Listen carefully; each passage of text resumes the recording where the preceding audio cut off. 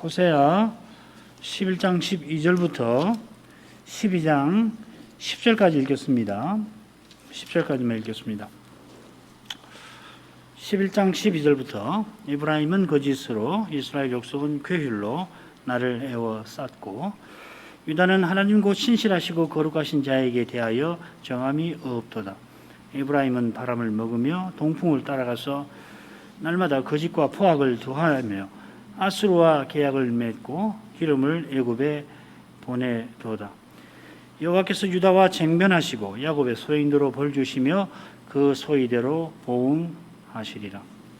야곱은 태에서 그 형의 발 뒤꿈치를 잡았고 또 작년에 하나님과 힘을 겨루되 천사와 힘을 겨루어 이기고 울며 그에게 간구하였으며 하나님은 베델에서 저를 만나셨고 거기서 우리에게 말씀하셨나니 저는 만군의 하나님 여호와시라. 여호와는 그의 기념 칭언이라. 그런즉 너의 하나님께로 돌아와서 인애와 공의를 지키며 항상 너의 하나님을 바라볼지니라. 저는 상고건을 손에 거짓 저울을 가지고 사취하기를 좋아하는도다. 에브라임이 말하기를 나는 실로 부자라. 내가 재물을 얻었는데 물은 나의 수고한 중에서 죄라 할 만한 불의를 발견할 자 없으리라 하거니와 내가 애굽 땅에서 나옴으로부터 나는 내 하나님 여호와니라. 내가 너로 다시 장막에 거하게 하기를 명절일에 하던 것 같게 하리라. 내가 여러 선지자에게 말하였고 이상을 많이 보였으며 선자들을 빙자하여 비유를 베풀었노라. 거기까지입니다.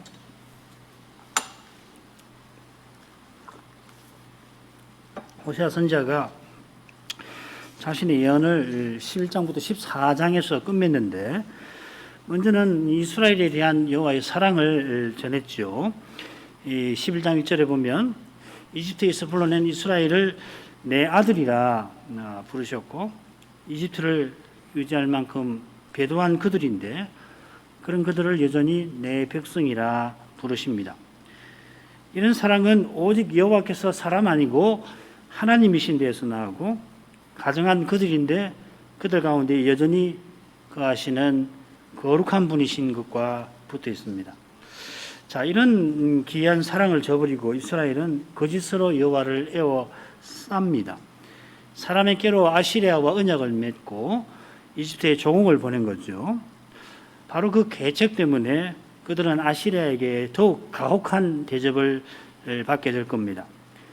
그런 그들에게 여호와께서 야곱에 관한 말씀을 베푸십니다. 아브라함과 이삭과 더불어서 언약을 다음 세대에 이어준 야곱인데 그러나 그가 스스로는 지금 북이스라엘과 근본적으로 다르지 않았습니다. 그의 이름 야코브인데 이 그의 이름은 나면서부터 그의 정체가 무엇인지를 보여주었습니다. 지난 시간 거기까지 살폈는데요. 이어 나오는 말씀 계속 보죠. 3절부터 5절까지 읽겠습니다. 야곱은 태에서 그 형의 발 뒤꿈치를 잡았고 여기까지 했죠. 또 작년에 하나님과 힘을 겨루되 천사와 힘을 겨루어 이기고 울며 그에게 간구하였으며 하나님은 베델에서 저를 만나셨고 거기서 우리에게 말씀하셨나니 저는 만군의 하나님 여호와시라. 여호와는 그의 기념 칭언이라. 여기 작년이라는 말 나중에 또 나옵니다. 재물이라는 말로 나옵니다. 이 작년은 야곱이 장자 루벤을 가리켜 내 기력의 시작이라 부른 것과 붙어 있습니다. 이 기력이란 말이 이 작년이라는 하고 같은 말입니다.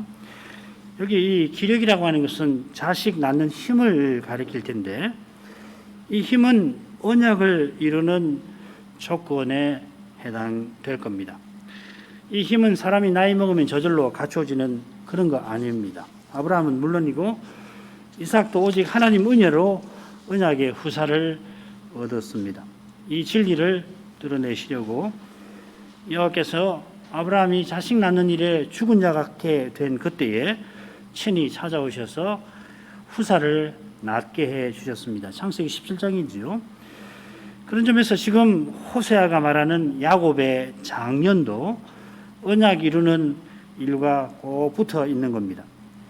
이미 야곱은 11 아들을 낳았습니다마는 그 아들들과 자신이 형 에서에게 몰살당할 처지에 놓였습니다. 자기보다 뛰어난 거짓말에 있어서 뛰어난 거짓말 대장 라반에게 겨우 벗어났다 싶었는데 언약의 땅으로 돌아가는 길목에서 언약 백성이 몰살할 위기를 야복강 너머에서 강에서 맞이했던 겁니다.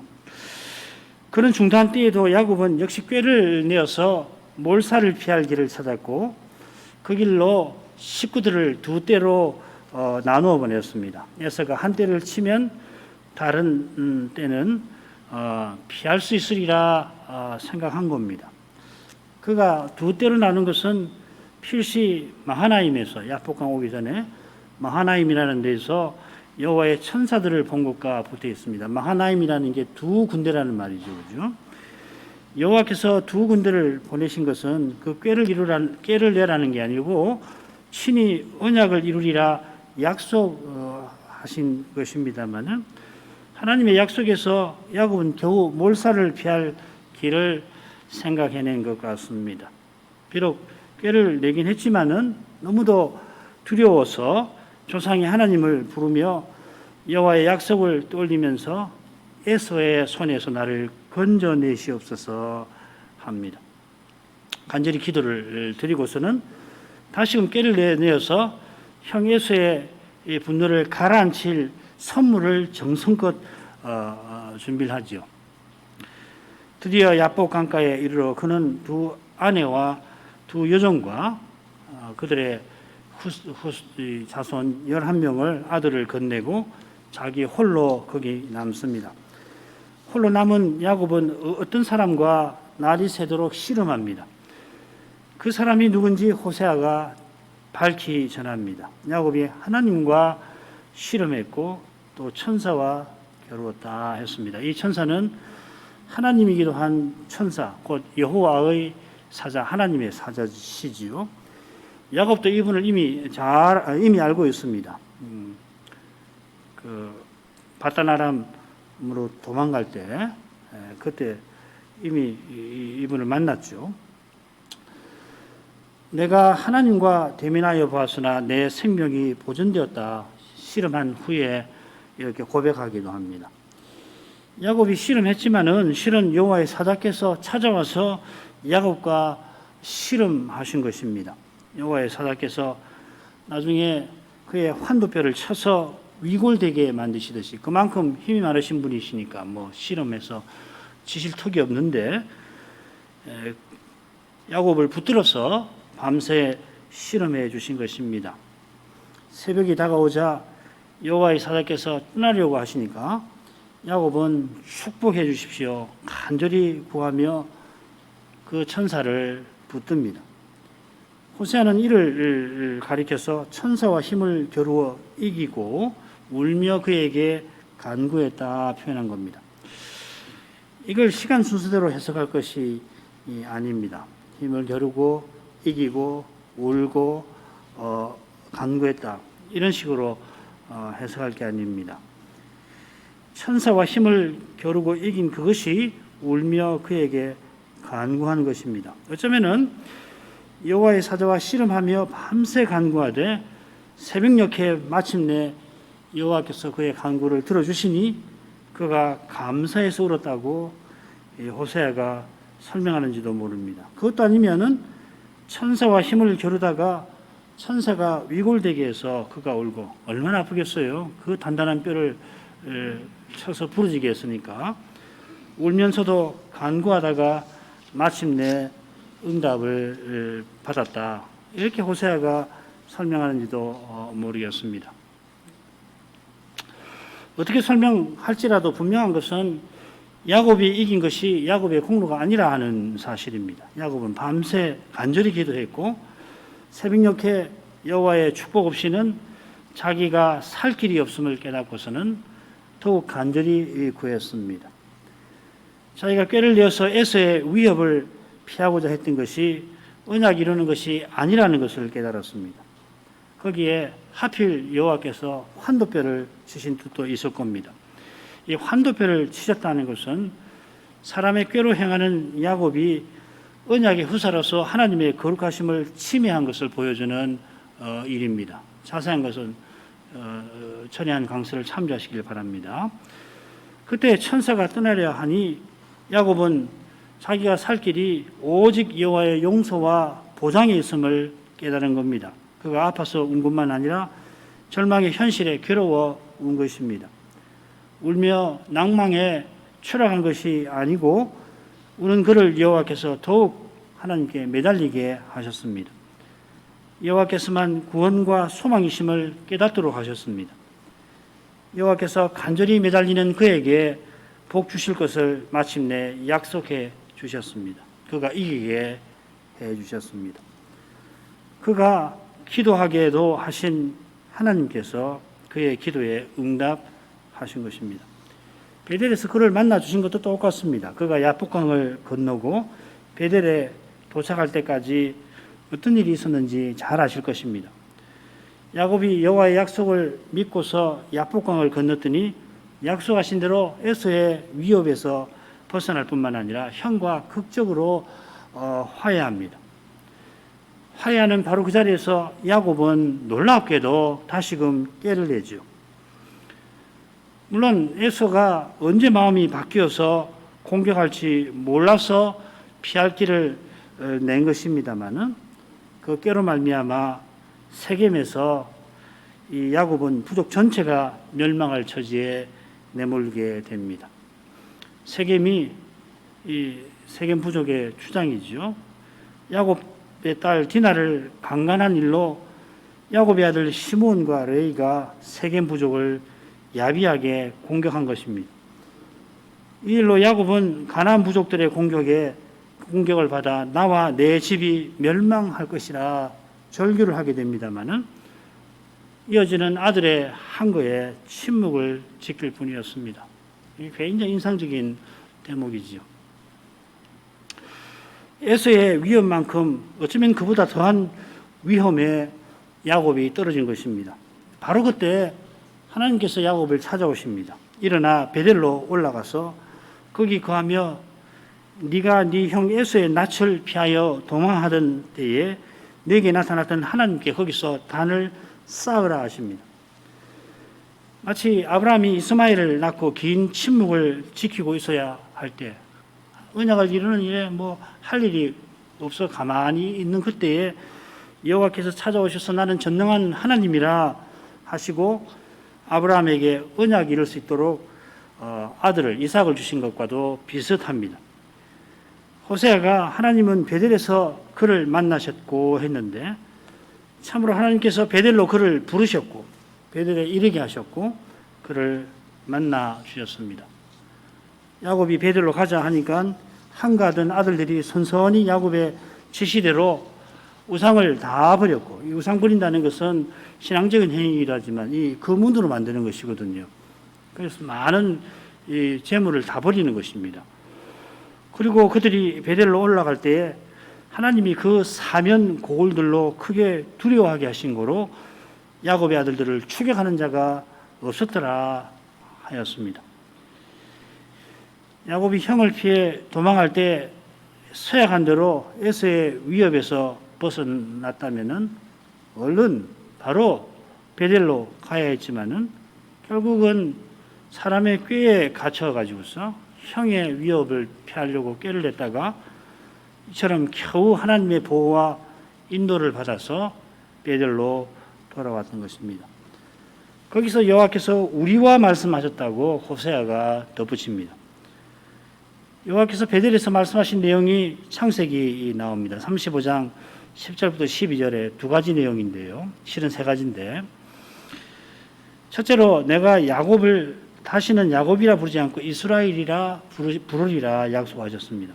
그 다음에 내가 야곱에게 많은 민족을 이루어주고 가나안을 주겠다 하십니다. 이 두 약속 사이에 실로 중요한 말씀이 나오는데 나는 전능한 하나님이니라 하셨습니다. 야곱에게 하신 말씀이지만 동시에 이스라엘에게, 그의 후손 이스라엘에게 하신 것입니다.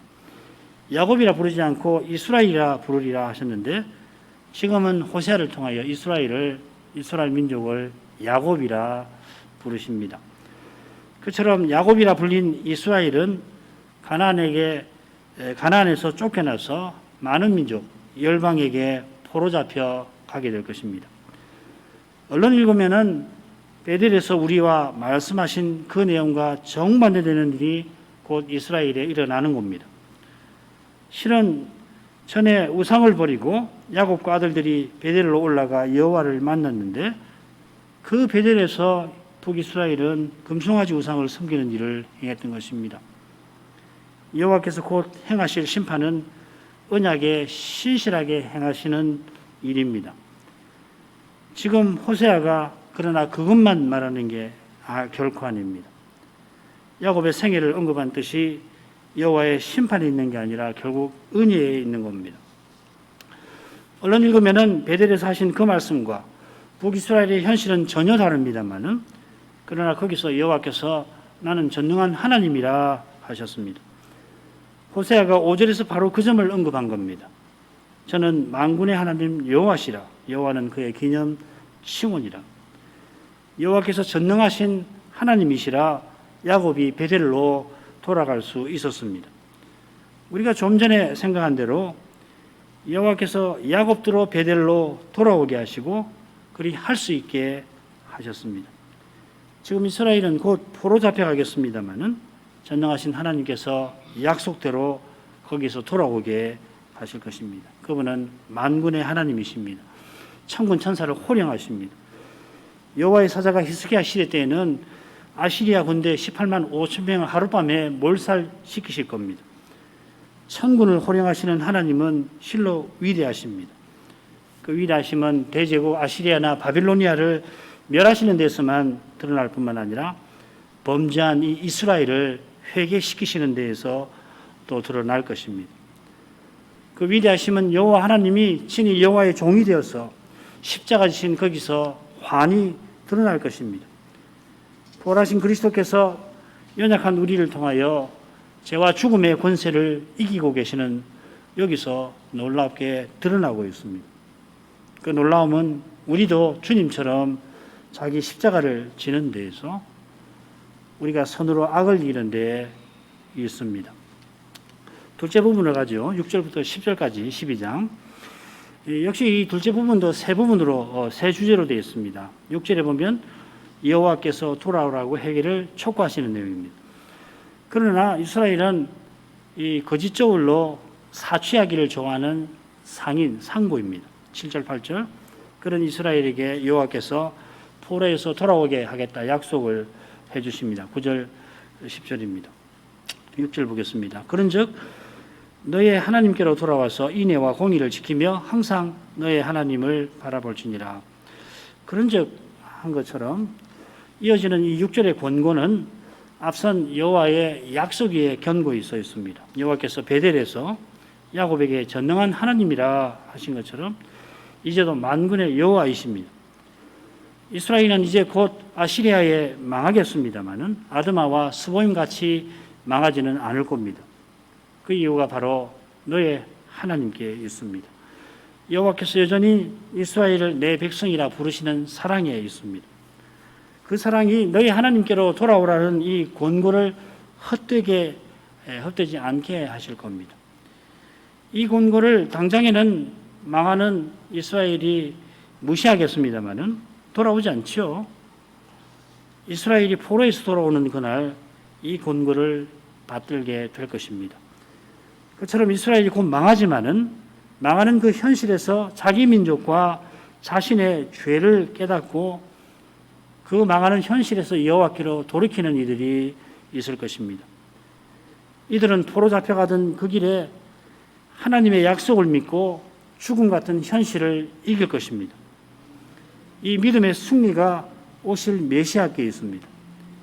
장차 여호와의 종으로 오시는 메시아께서 심판하시는 바로 그 자리에서 구원과 소망이 되어주실 것입니다. 선지자가 대범하게 구속의 역사를 하나님께서 언약하신 거, 이스라엘이 배도한 거, 그 이스라엘에 대해서 심판하시는 거, 그리고 심판 포로된 이스라엘을 회복하시는 거. 이 선지자는 구속의 역사를 대범하게 이 네 가지로 그렇게 전합니다만은, 그런데 놓쳐서는 안 되는 것이 뭐냐면 배도하는 그 현실에도, 호세아가 말씀을 전하는 그 현실에도 선지자같이 여호와를 신실히 믿는 자들이 있듯이 이어 포로 잡혀가는 그때에도 여호와께 돌이키는 이들을 친히 남겨놓으신다는 사실입니다. 이 선지자를 이 두 면에서 늘 봐야 해요.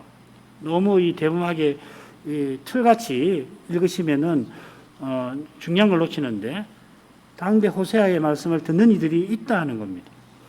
그게 이제 이사야서에서는 그 신비한 우리라는 표현입니다. 이사야서를 보면요, 우리가 갑자기 나와요. 갑자기 우리라는 말을 쓰는데 그 우리가 누구냐면 이사야와 그의 제자들입니다. 이사야의 말씀을 듣는 백성들입니다. 그 나라는 전체로 망해요. 그런데 이사야 같은 이 신실하신 종이 있고 또 하나님이 남겨놓으신 자들이 선지자가 전한 그 말씀을 흩뜨지 않도록 순종하게 만드시는 겁니다. 그래서 포로로 가지만은 하나님 언약이 그 남은 자들을 통해서 이루어지도록 그렇게 하시는 거거든요. 그래서 마리아도 등장하고 요셉도 등장하고 엘리사벳이나 사가랴나 이런 분들이 나올 수가 있는 거거든요. 그래서 선지서를 보실 때는 꼭 그 점을 보셔야 해요.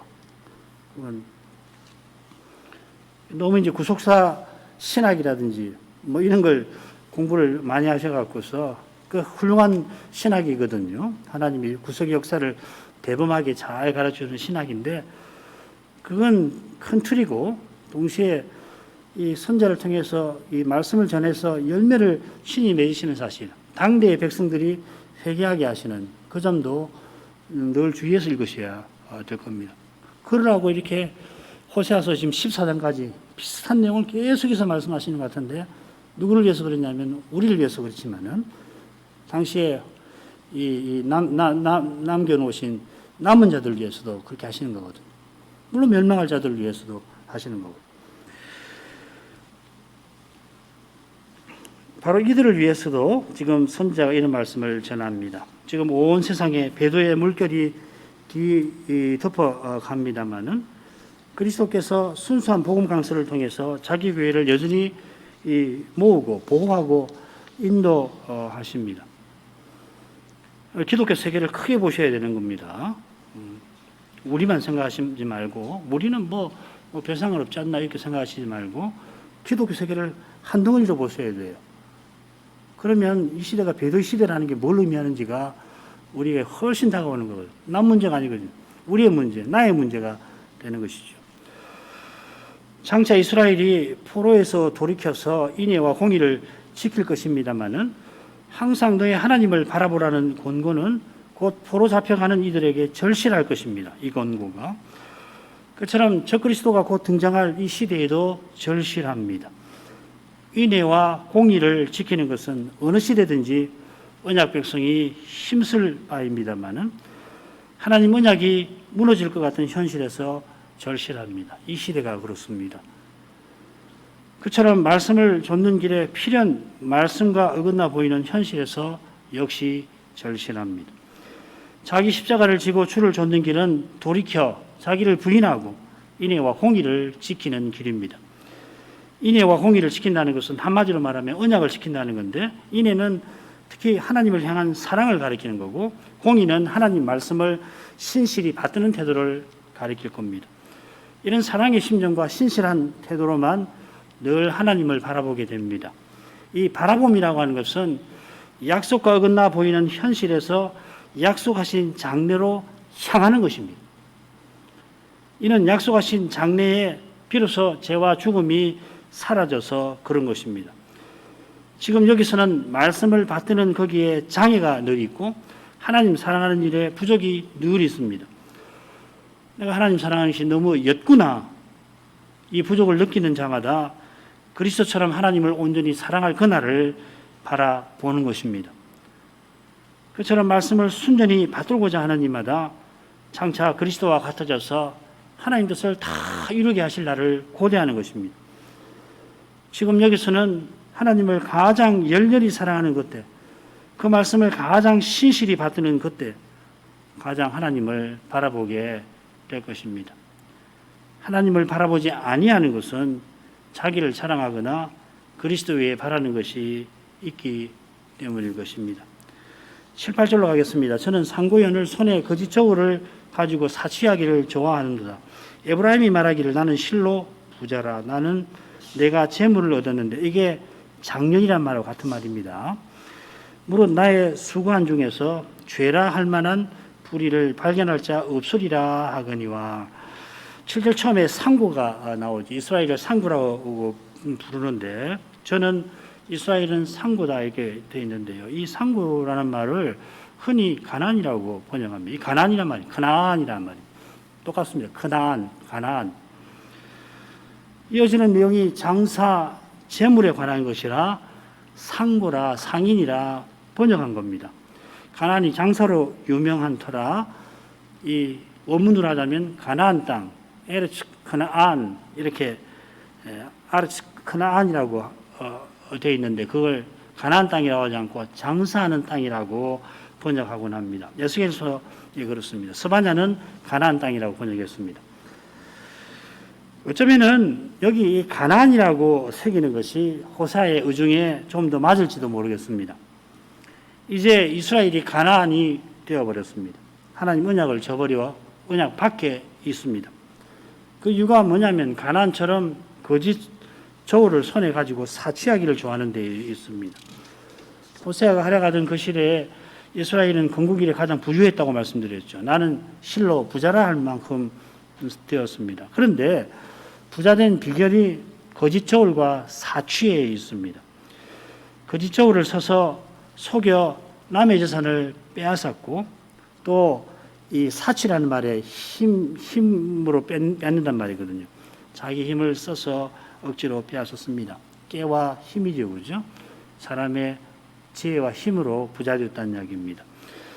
다만 이스라엘이 어떻게 누구를 속여서 얼마나 부자가 되었는가, 누구를 힘으로 억눌러서 부자가 되었나, 실제 역사적 사건에서 확인하기가 저 같은 목사로서는 잘 모르겠습니다.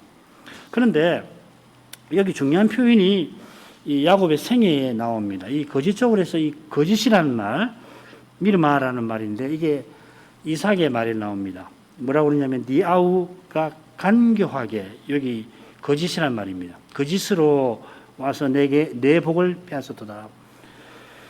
야곱이 에서인 채하고 형과 아버지를 속이고 장자의 복을 빼앗았지요. 선자는 지금 이스라엘의 죄에서 야곱의 죄를 봅니다.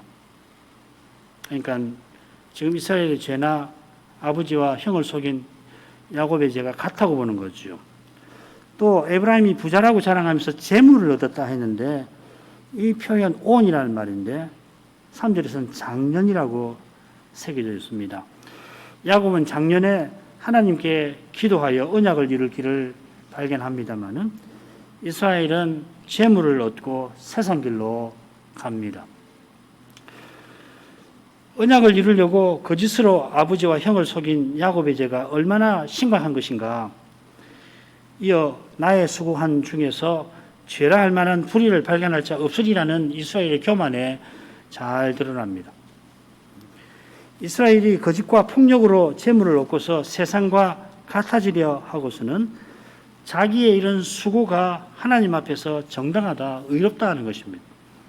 적어도 죄 없다, 불의하지 않다 하는 것입니다. 이 수고라는 말이 야곱의 생애, 야곱이 라반에게 하는 말에 나옵니다. 야곱이 라반을 피해 도망하다가 추격당하지요. 라반이 드라빔을 잃은 것을 알고 그 드라빔을 찾으려고 했지만은 결국 찾지를 못하고 부득불 야곱과 평화언약을 맺지요. 사실 그 드라빔을 야곱의 아내 라헬이 훔쳤는데 야곱은 이 사실 전혀 알지 못한 상태였습니다. 만일 이 드라빔이 발각되었다면은 야곱은 모든 것을 잃어버리고 라반에게 잡혀서 평생 종으로 살았을 것입니다. 이 사실을 모르는 상태에서 야곱은 삼촌을 향하여 나의 하나님이 나의 고난과 내 손의 수고를 감찰하셨다, 보셨다 이렇게 말합니다. 라반은 야곱의 책망을 듣고서 그와 선선히 언약을 맺어야 했습니다. 그러니까 야곱을 다시 공격하지 않는다 이 말이죠. 야곱은 자기 수고를 여호와께서 감찰하셨다, 선히 보셨다 고백합니다마는 지금 이스라엘은 자기 수고를 하나님도 잘못으로 보시지 못할 거라고 자랑합니다. 이스라엘이 우상숭배로 하나님 영광을 여태 뵙지 못하니까 지금 눈에 뵈는 게 없는 겁니다. 전에 야곱이 언약을 이루려 했지만 사람의 꾀로 이루려 한 것이 지금 이스라엘의 태도보다 근본적으로 나을 게 없다고 지금 호세아는 이야기를 하는 겁니다. 만일 하나님께서 야곱의 꾀가 통하게 하시거나 실패한 그가 돌이키게 하시지 않았다면 야곱은 자기 꾀로 말미암아 에서의 폭력에 보복당했을 것입니다. 세겜에서도 마찬가지고요. 자기 죄도 자랑하는 이스라엘은 심판을 피할 수 없는 상태입니다. 이처럼 악한 이스라엘을 향한 하나님의 간절하신 권면, 6절에 나온 권면도 놀랍습니다마는 그런 이스라엘을 향한 여호와의 이어지는 약속도 실로 놀랍습니다. 이 놀라움은 그분의 사랑에 있습니다. 여호와께서 사람이 아니고 하나님이신 거기에 그분의 거룩하심에 있습니다. 이 거룩하신 영광을 뵙는 것이 교회와 신자에게 가장 중요합니다. 달리는 교회다웠게 설 수 없고 신자다웠게 살지 못합니다. 자, 이런 점에 비춰서 마지막 부분 간단히 보죠. 9절 10절입니다. 네가 애굽 땅에서 나옴으로부터 나는 네 하나님 여호와니라. 내가 너로 다시 장막에 거하게 하기를 명절이래 하던 것 같게 하리라.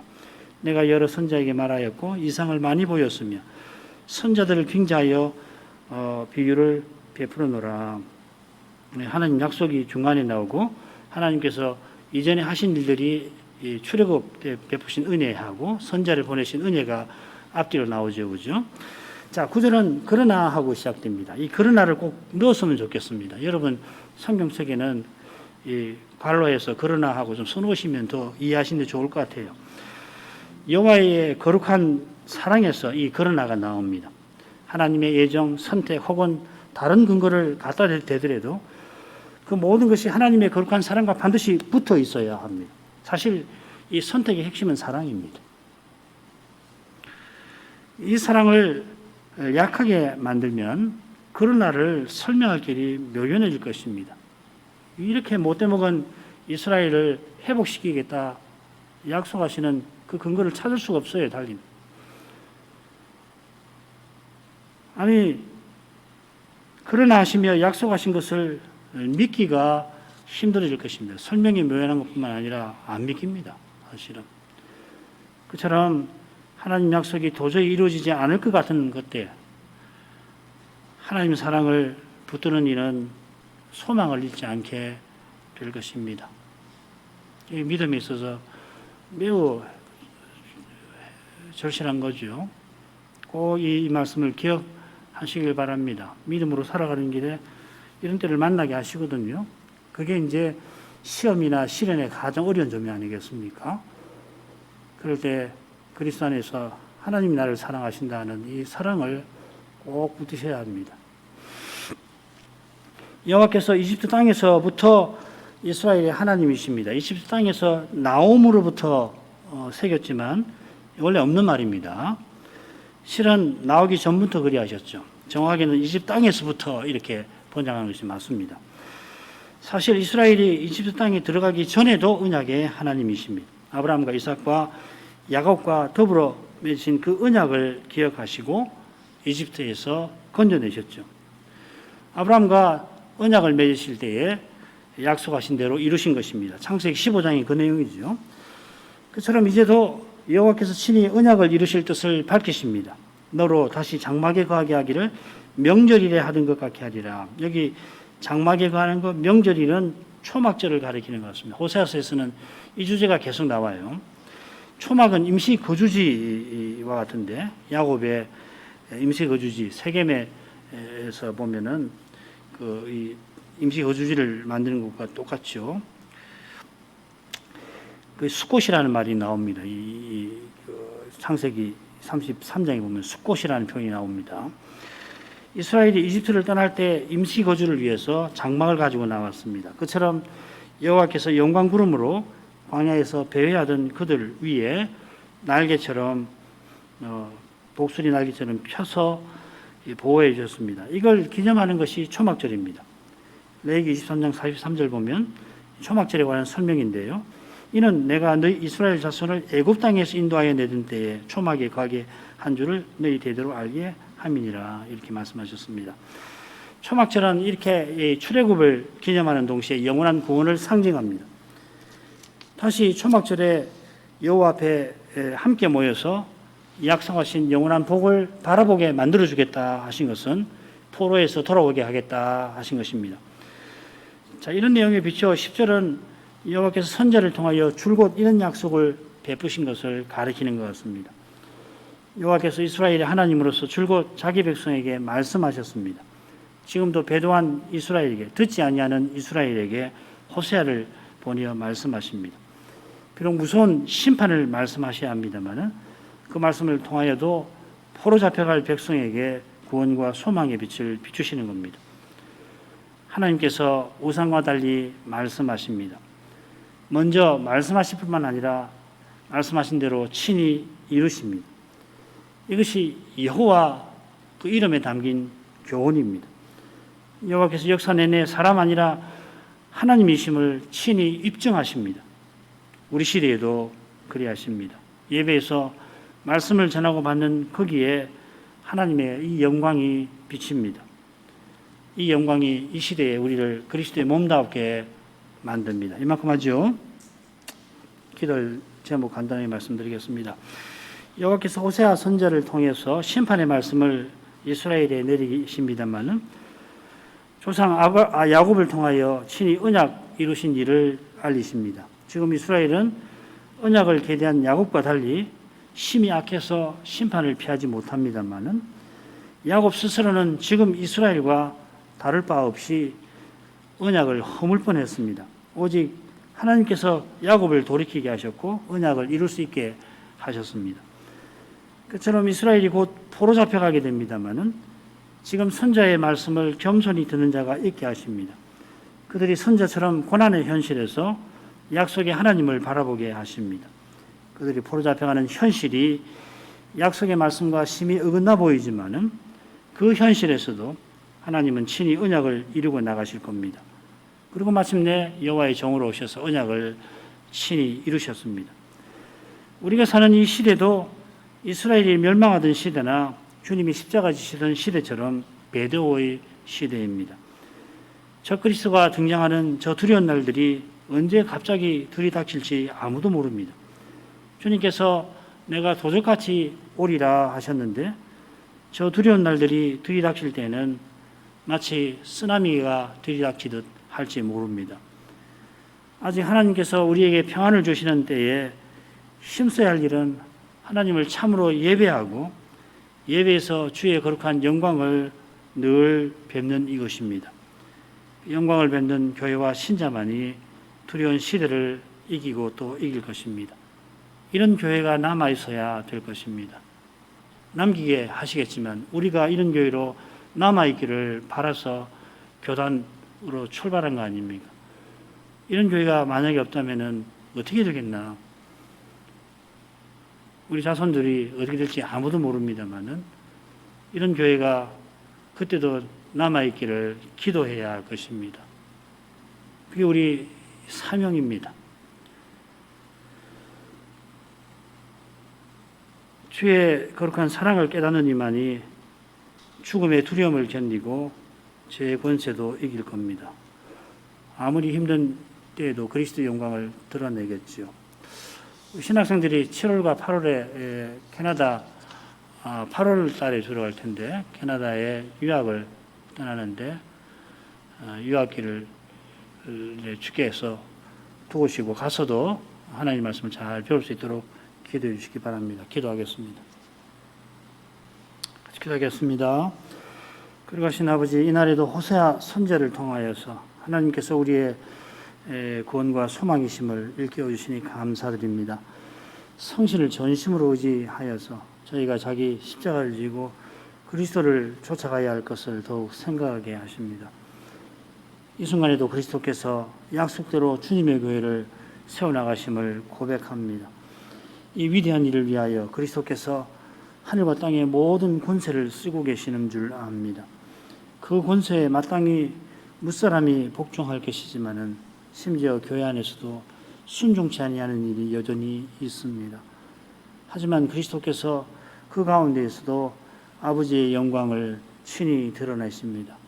아버지께서 그리스도를 통하여서 그 거룩하심을 친히 드러내십니다. 하나님의 거룩하심은 무엇보다 친히 사람 되시고 죄인을 위하여 십자가신 거기 있음을 압니다. 이 일을 위하여 하나님께서 구약 내내 이스라엘과 맺으신 언약을 친히 이루어 오셨습니다. 이스라엘을 얼마나 길이 참으셨는지 모릅니다. 이스라엘을 심판하시지 않을 수 없는데도 심판하시는 그 일에서 하나님 사랑을 여전히 드러내셨습니다. 그 사랑이 주의 말씀을 전하는 선지자와 선지자의 말씀을 듣는 이들에게 환히 드러났습니다. 곧 심판을 받아 포로로 잡혀갈 처지이지만 그래 사람으로서는 낙심과 낭망이 가득한 현실인데도 그런 그들이 여호와께 돌이키게 하시고 인애와 공의를 지키며 하나님을 더욱 바라보게 하십니다. 언약의 나라는 철저히 망하게 되지만은 포로 잡혀가는 그 길에서 하나님께서 친히 자기 백성과 함께 해주시며 힘을 주십니다. 주께 주시는 힘이 얼마나 강력했든지 그들은 백향목을 쪼개는 번개와 지축을 이기는 우레에서 여호와의 영광을 보고서 여호와께서 세세토록 왕으로 보좌에 앉아 계심을 깨닫게 하셨습니다. 그런 깨달음이라면은 포로살이만 아니라 죽음의 두려움도 능히 견디게 했을 것입니다. 과연 주께서 함께 하셔서 친히 구원과 소망이 되어 주셨습니다. 사람은 너무도 연약하여서 하나님 약속과 심히 어긋나 보이는 그 괴로운 현실에서 그만 낙심하기 쉽지만은 그 현실에서 하나님의 약속은 오히려 신실하게 이루어져 가게 하셨습니다. 과연 마침내 여호와의 종으로 세상에 오셔서 언약을 친히 이루셨습니다. 북이스라엘이 배도하여 멸망할 때보다 예수께서 세상에 오신 그때 이스라엘의 배도는 훨씬 심각하였습니다. 겉으로는 특별히 우상 숨기는 일도 없었고 그처럼 바리새인이 하나님 말씀을 열심히 지키면서 백성들도 그렇게 말씀을 율법을 행하게 하였지만은 그러나 회개할 것 없는 의인들은 자기를 좇는 백성을 배나 지옥 자식 되게 만들었습니다. 누구보다 자기가 죄인인데도 자기 죄가 보이지 않았기 때문에 눈에 남의 죄만 가득 보였습니다.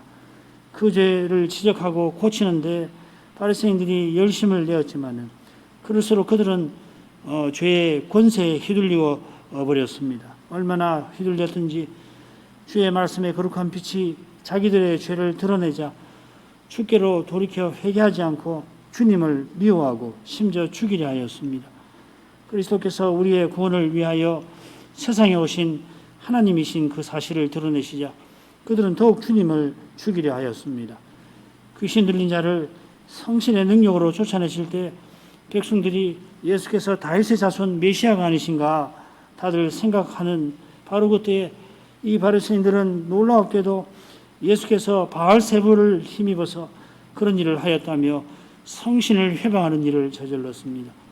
이보다 하나님을 대적하는 일이 그때까지 없었습니다. 이 죄가 얼마나 죄악되었는지 이스라엘의 우상 숭배나 그들이 밥 먹듯 범했던 역성혁명은 견주지 못할 지경이었습니다. 이러한 두려운 현실에서도 예수께서 언약을 이루셨습니다. 바리새인이 사두개인과 합세하여 예수님을 죽이려 했지만은 그 일을 통하여 십자가를 통하여 언약을 온전히 이루셨습니다. 예수께서 행하신 일은 실로 거룩하십니다. 저희가 살아가는 이 시대를 뜻있는 이들은 다들 배도의 시대라 할 만큼 실로 두려운 시대를 저희가 지나고 있습니다. 주님이 경고하신 저 두려운 때가 언제 들이닥친다 할지라도 하등 이상할 게 없을 만큼 많은 징조들이 이미 드러나 있습니다. 자비하신 아버지여, 이런 시대에 오직 그리스도만 바라보라 하십니다. 오직 그리스도만 우리의 구원과 소망이심을 계속 일깨우십니다. 일깨우시는 동안 저희가 더욱 겸손히 성신을 의지하여 그리스도를 드러내며 살아가게 하시기를 간절히 구하게 하십니다. 그 길이 어디 있는지 저희는 모르지 않습니다. 무엇이 중요한지도 전혀 모르지 않게 하셨습니다. 자비하신 아버지, 우리 모두를 긍휼히 여기시기를 구합니다. 주께서 사랑하시는 자녀들이 주의 무한 자비하심을 구하면서 죄와 죽음의 현실을 담대하게 정직하게 대면하며 살아가게 하옵소서. 그리하여 그리스도께서 하나님의 지혜와 능력이심을 맛보며 찬송을 하나님께 드리며 감사하며 살아가게 하시옵소서. 예수님의 이름으로 기도합니다. 아멘.